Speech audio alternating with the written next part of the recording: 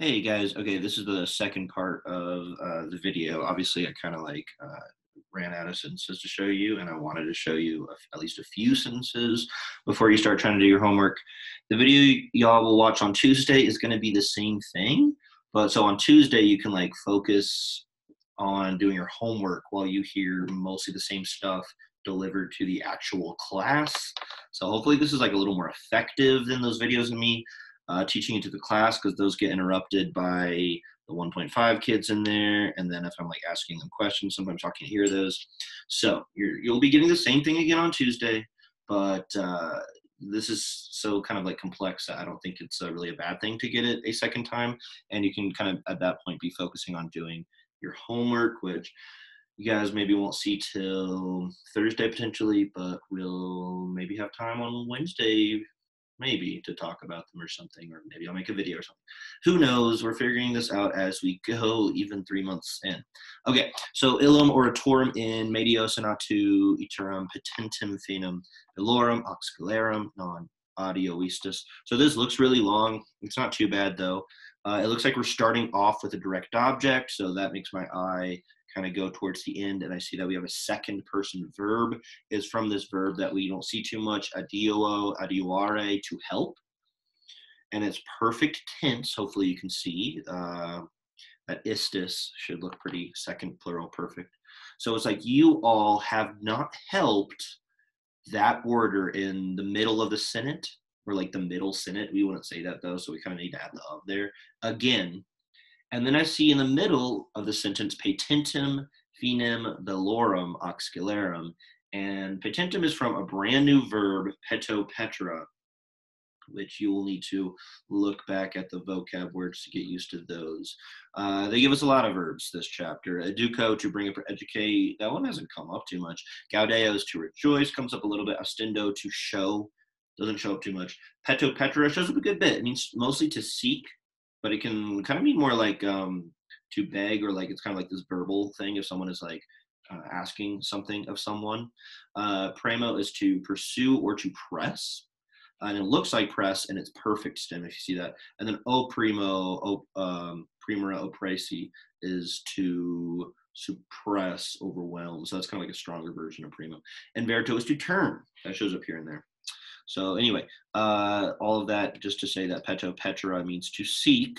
At least here it's probably going to be like seeking.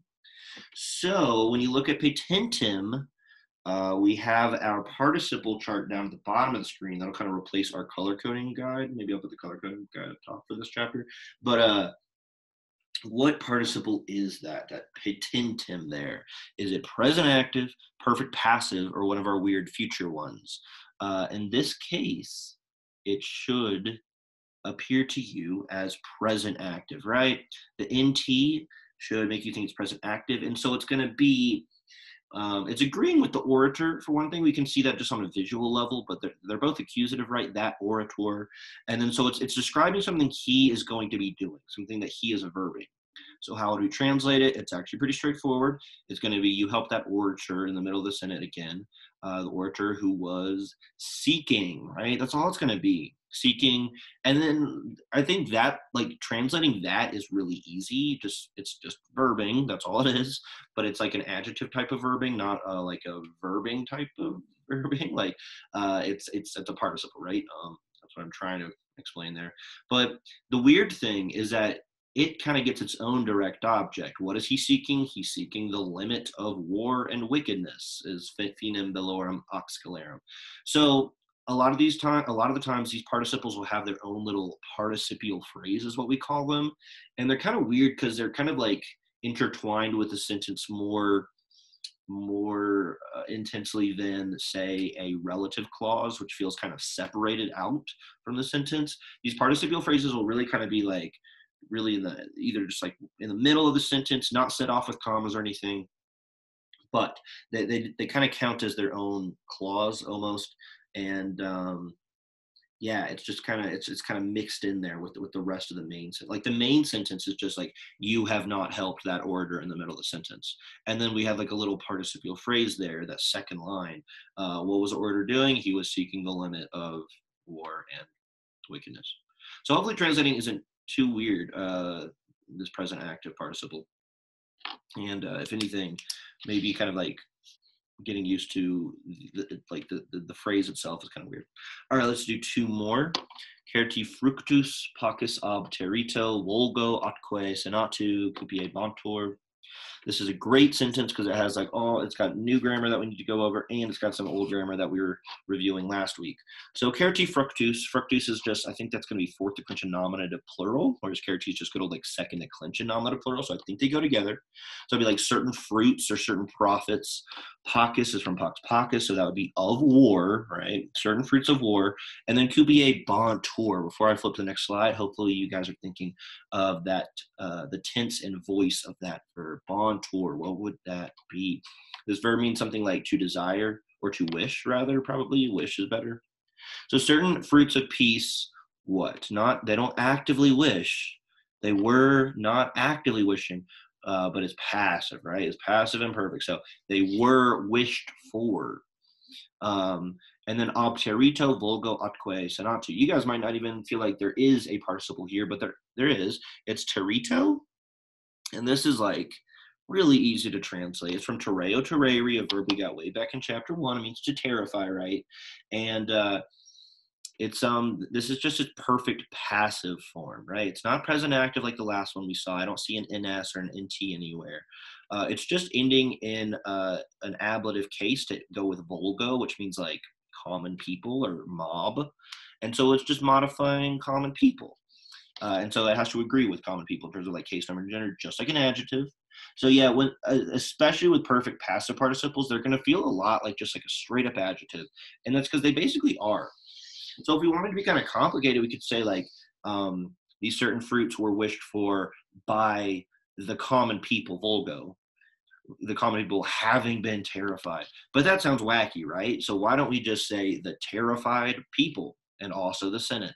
That's all it is. It's just kind of like an adjective. So in a way, participles, especially perfect passive ones, will kind of just allow us to treat any verb we want to as an adjective. It's like we don't need a whole new word for like what terrified is when we can just use the perfect passive participle form of a verb we've had since day one, terreo terreri. Maybe not day one, but chapter 1. So again, it's like translating these aren't too hard. So maybe I'm overhyping this chapter in terms of its difficulty. It's not too bad. But what kind of ablative is this by the terrified people and the Senate? Hopefully you're thinking to yourself, it's an ablative of agent, right? Agent with a or ab shows up a lot with a passive verb. All right, one more, and then that'll be it for today. Nemo fidem neglegens timora umquam carebit. So Nemo is going to be your Nemo. It's going to be your subject. And if I jump to the end there, well, actually, let's just kind of like mess with the subject. I see something about fidem.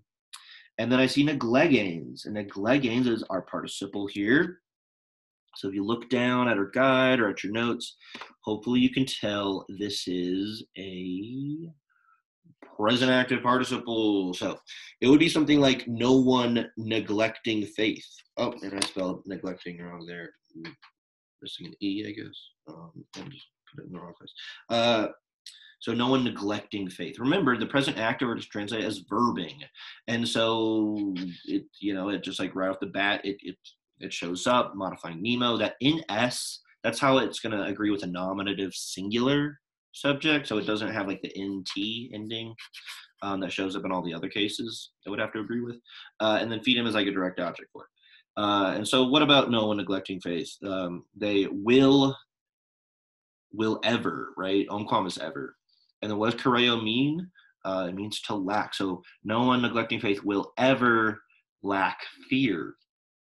And centimora is an ablative of anyone? Separation. Separation, right? Kareo takes an ablative separation. It feels kind of like a direct object, right? But it's ablative, so it would be ablative separation. All right. So I'm going to show you guys which ones we're going to do for homework because I had to go through the textbook selections and find the ones that actually had participles in it. And so it's just all over the place. We're going to hold off on doing lectiones until next week because I think you guys like lose your lectiones homework and then it makes the translation quizzes harder. So let's do it the same week as the translation quiz, which who knows if that will be next week. Honestly, it's a 3-day week. So that'll present some. We'll probably have a 1-day homework turnaround. That's what we'll do. But what we did not see just now was a future active participle or a future passive one. Those are a little weirder. Remember, future active is going to translate as like about to verb, whereas passive participle we probably will only see like once this whole chapter. That would be something like in this sentence, discipulum docendo misi. Misi is like I sent. So I sent the student. I left out to the school. Let's change this real quick, and then we'll be done. Add like ludum. This is me ripping off a sentence that does show up somewhere in the chapter. It's like the only time we see the future passive. But that would be something like I sent the student to the school ad ludum to be taught is how we would do that. So, yep, I mean, there's user guide right here. This should be something you've written down in your notes because it's going to be handy. And then let me just show you real quick the homework. Where is it? This?